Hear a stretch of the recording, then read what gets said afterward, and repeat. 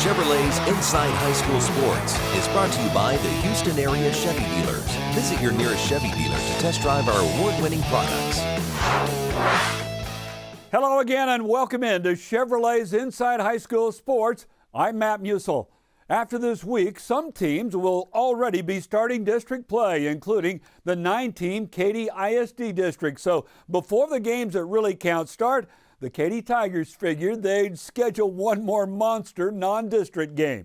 And boy, is this a good one, as two serious state contenders went at it Friday night. Atascocita visited Katy in our DQ Game of the Week.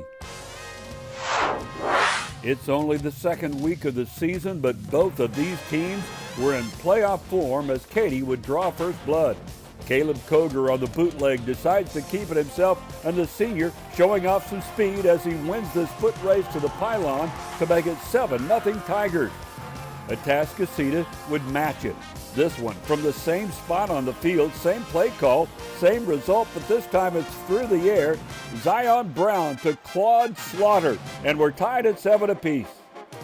The Eagle offense able to move the ball against the Katy defense, and later it's Brown rolling out again. He puts some nice touch on this one to Kyron Lee. He makes a defender miss, and the Atascocita Eagles take their first lead of the game at 14-7. So we move to the fourth quarter. Game tied at 21 apiece when Koger finds Micah Koenig in the back of the end zone. 201 yards and 2 touchdown passes for Koger as Katy extends the lead to 28-21. Blaylock would cap another impressive scoring drive for Atascocita as he goes in untouched to tie the game at 28 apiece with just under 3 minutes left in regulation. But as they've done so many times over the years, Katy responds on the ground as Seth Davis takes the pitch and takes advantage of some great blocking up front and houses it from 53 yards out, give him 193 yards on the night as the Tigers hang on for a hard-fought win, 35-28. Both teams look playoff ready. Klein Collins visiting the Rig to take on Pearland Dawson. The Tigers jumped on the Eagles early. Tucker Parks puts enough air under this one to land right in Ethan Wyatt's breadbasket for a 29-yard score, 7-0 Klein Collins. Then it's Parks rolling to his left, throwing across his body to a wide-open Donovan Baker for a 51-yard strike. Tigers up 14-0. They would lead 24-0 when the Eagles got on the board. Colin Johnson with a 2-yard quarterback keeper, but Dawson trailed 24-7 at the half. In the second half, Klein Collins' defense would dominate. Johnson looking for someone to get open, but too late. Gage Llewellyn drops him on the sack. Later in the third quarter, Michael Wilson scampers into the end zone on the 11-yard score. Klein Collins is one to look out for as the Tigers win 38-14.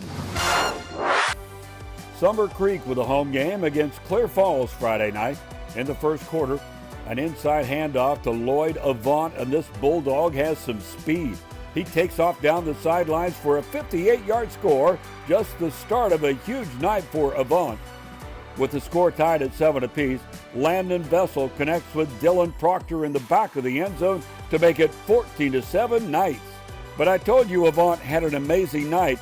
Summer Creek up by 7, and the seas part for Avant, and he's gone 75 yards on the touchdown run. He finishes the night with 246 yards and 3 scores as the Bulldogs led 28-21 at halftime.